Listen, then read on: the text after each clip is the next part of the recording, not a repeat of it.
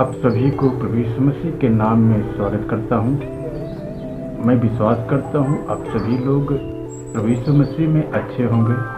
तो आज का विषय है क्षमा करें और आगे बढ़ें। जी हाँ प्रियो, मैं दोबारा बोलता हूं, क्षमा करें अपने विरोधियों को और यीशु मसीह के वचन का प्रेम में आगे बढ़ें।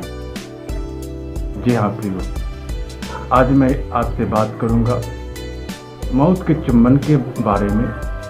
अब आप पूछेंगे पास्टर अमित ये क्या है? इसका मतलब है धोखा देना। जिंदगी में इससे बदतर शायद कुछ और नहीं होता है कि जब कोई अपना या कोई दोस्त धोखा देता है। मेरे ख्याल से हम सब जो इस वचन को सुन रहे हैं या इस कार्यक्रम को देख रहे हैं, आप में से कई लोग कभी न कभी धोखा खा चुके हैं अपने किसी प्रियजन से। यीशु के इसके बारे में हमसे बेहतर मालूम था। अगर आप पढ़ेंगे लूका रचित सुसमाचार 22 अध्याय के 48 वचन, यहाँ यीशु को धोखे से पकड़वाया गया। ये सब घटना हुआ गतसमनी नाम के बाग में। यहूदा इस्करियोती ने कहा, जिसे मैं चूमूंगा वही यीशु है, क्योंकि यीशु और चेले एक समान दिखाई देते थे। यहाँ लिखा है, यीशु ने कहा, हे यहूदा, क्या तू चूमा लेकर मनुष्य के पुत्र को पकड़वाता है? अब उन दिनों में ये प्रचलन था कि मित्रों से मिलते समय गाल पर चुम्बन दिया जाता था। यहूदा ने यहाँ ठीक यही किया। यही यीशु का प्रश्न था। मनुष्य की ये प्रवृत्ति बहुत ज़्यादा भयानक होती है। जब वो धोखा देता है, हो सकता है आपके पार्टनर ने ही बिजनेस में आपको धोखा देके आपका नुकसान कर दिया हो। आप में से कुछ लोगों के मन में कोई ऐसी बात या कोई धोखा दिया जिसे आप अभी तक मन में रखे होंगे और आप उसे क्षमा नहीं किए होंगे।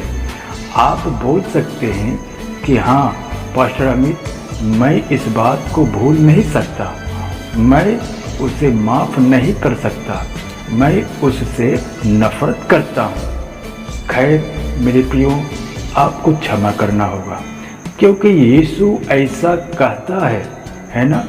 अगर आप माफ़ नहीं करोगे तो आपको माफ़ी कैसे मिलेगी? प्रियो, ये सच है।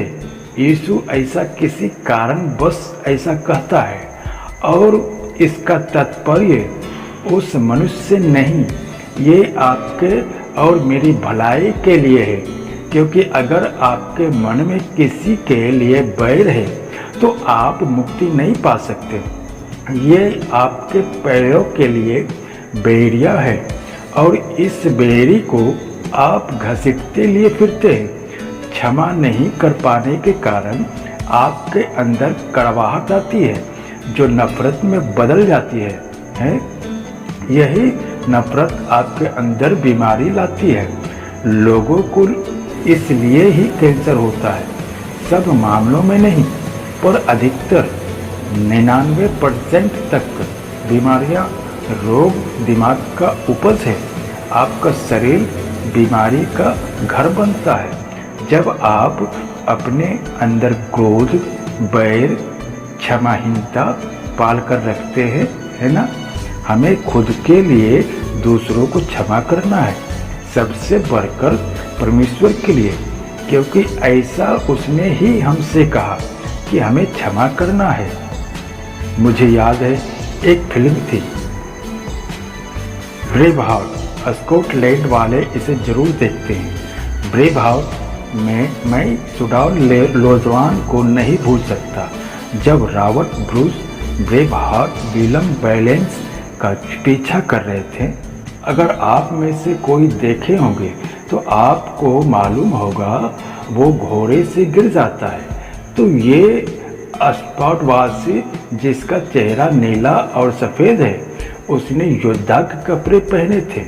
वो इस घुड़सवार के पास आता है और उसका हेलमेट उतारता है। ये जख्मी व्यक्ति रॉबर्ट ब्रश स्कॉटलैंड का भावी बादशाह है, जिसे देखकर वो हैरान हो जाता है। आपको मालूम हो, ये फिल्म धोखेबाजी का एक उदाहरण है। ये नौजवान योद्धा जमीन पर गिर जाता है और लड़ने लायक नहीं रहता। उसे इस बात का यकीन ही नहीं होता कि स्कॉटलैंड का भावी बादशाह अंग्रेजों के साथ मिलकर अंग्रेजों के विरुद्ध ही लड़ रहा था। धोखेबाजी बहुत भयानक होती है। हो सकता है आपके साथ आपकी बीवी ने ही धोखा किया और आपको छोड़ दिया हो, और आपसे ये बर्दाश्त नहीं हो रहा है और आपको करना होगा, पवित्र आत्मा की मदद लेनी होगी, क्योंकि परमेश्वर के पास आपके लिए बेहतर योजना है ना। आप किसी और के गलत काम के कारण जीवन का अंत नहीं कर सकते। इस तरह के बेईमानी एक अधर्म है, बहुत बुरा कार्य है। मेरे पास कई ऐसे मामले हैं जैसे पिता और पुत्र के बीच में धोखेबाजी हुई, और आपको क्षमा करना होगा। अगर आप चाहते हैं कि आपको चंगाई मिले, क्षमा करने वाले बने। यीशु ने यहूदा से कहा, जो करना चाहता है कर। प्रियो, यीशु का प्रेम हमें ताकत देता है कि हम यीशु का प्रेम में क्षमा करें और मसीह यीशु में आगे बढ़ें। सो इस वचन के द्वारा प्रभु आप सभी को आशीष दे। सो जय मसीह की।